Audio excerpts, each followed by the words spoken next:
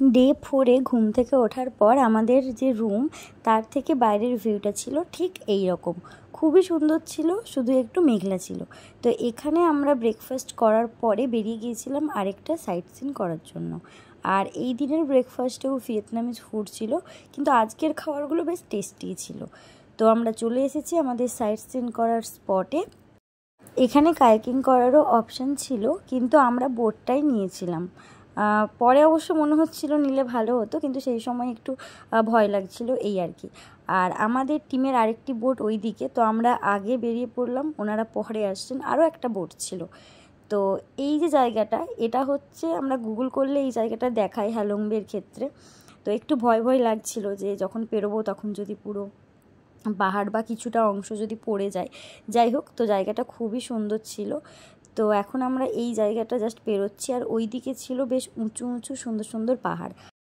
যিনি আমাদের বোটটা চালাচ্ছিলেন উনি মাঝে মাঝে খুবই মজা করছিলেন, মানে ইচ্ছে করে বোটটা দোলাচ্ছিলেন।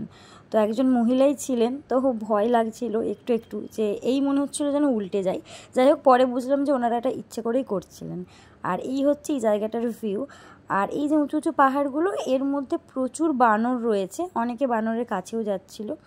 যাই হোক, তো ওখান থেকে আমরা আবার জাহাজে ফিরে জাহাজ থেকে বন্দর এবং বন্দর থেকে বাসে করে বেরিয়ে গিয়েছিলাম হানই এয়ারপোর্টের উদ্দেশ্যে। তো এখানেরও অনেক ভিডিও আমার ফোনে করা ছিল, কিন্তু আমি আগের ভিডিওতেই তোমাদের বলেছিলাম যে আমার ফোনের সব ভিডিও ডিলিট হয়ে গেছে, তো সেই জন্য আর ক্লিপ নেই। এবং মাঝে আমরা একটা জায়গাতে দাঁড়িয়েও ছিলাম, সেখানে আলু পরোটা খেয়েছিলাম। এই এরিয়াতে এরকম বিভিন্ন মূর্তি বানানো হয়, তো রাস্তায় যেতে যেতেই জাস্ট দেখলাম আর কি। এয়ারপোর্টে এসে আমরা ফ্লাইটে বসেও পড়েছি, আর জাস্ট সন্ধ্যের মুখেই আমাদের ফ্লাইটটা ছাড়ার কথা আর কি। আর দেখতে দেখতে 1.5 থেকে 2 ঘন্টার মধ্যে আমরা দানাংয়ে চলে এসেছি। আর ভিয়েতনামের সবথেকে সুন্দর শহর হচ্ছে দানাং। তো এখানে আমরা পেরোবো ড্রাগন ব্রিজের ওপর দিয়ে, যদিও ব্রিজটা এই ভিডিওতে দেখানো সম্ভব হয়নি, কারণ আমরা ব্রিজের ওপর দিয়েই যাচ্ছিলাম। এখন আমরা ডিরেক্ট যাব একটা ইন্ডিয়ান রেস্টুরেন্টে। তো ওখানে আমরা ডিনার করব, ডিনার করে ডিরেক্ট আমরা হোটেলে চলে যাব, কারণ কালকে খুব সকাল সকাল আমাদের উঠে আবারও বেরিয়ে পড়তে হবে আমাদের নেক্সট যে স্পট ওখানে ঘোরার জন্য। তো আমাদের ভিয়েতনাম এই ট্যুরের মধ্যে আমরা সবথেকে এক্সাইটেড ছিলাম হ্যালংবে আর বানা হিলসের জন্য।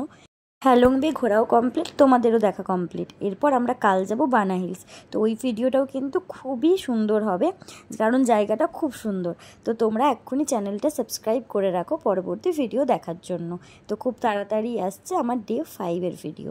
তো এই হচ্ছে সেই ইন্ডিয়ান রেস্টুরেন্ট যেখানে আমরা ডিনারটা সেরেছিলাম, তারপর বাসে করে চলে গিয়েছিলাম আমাদের হোটেলে। তো দেখা হচ্ছে আবার একটা পরের ভিডিওতে। আজকের মতো টাটা।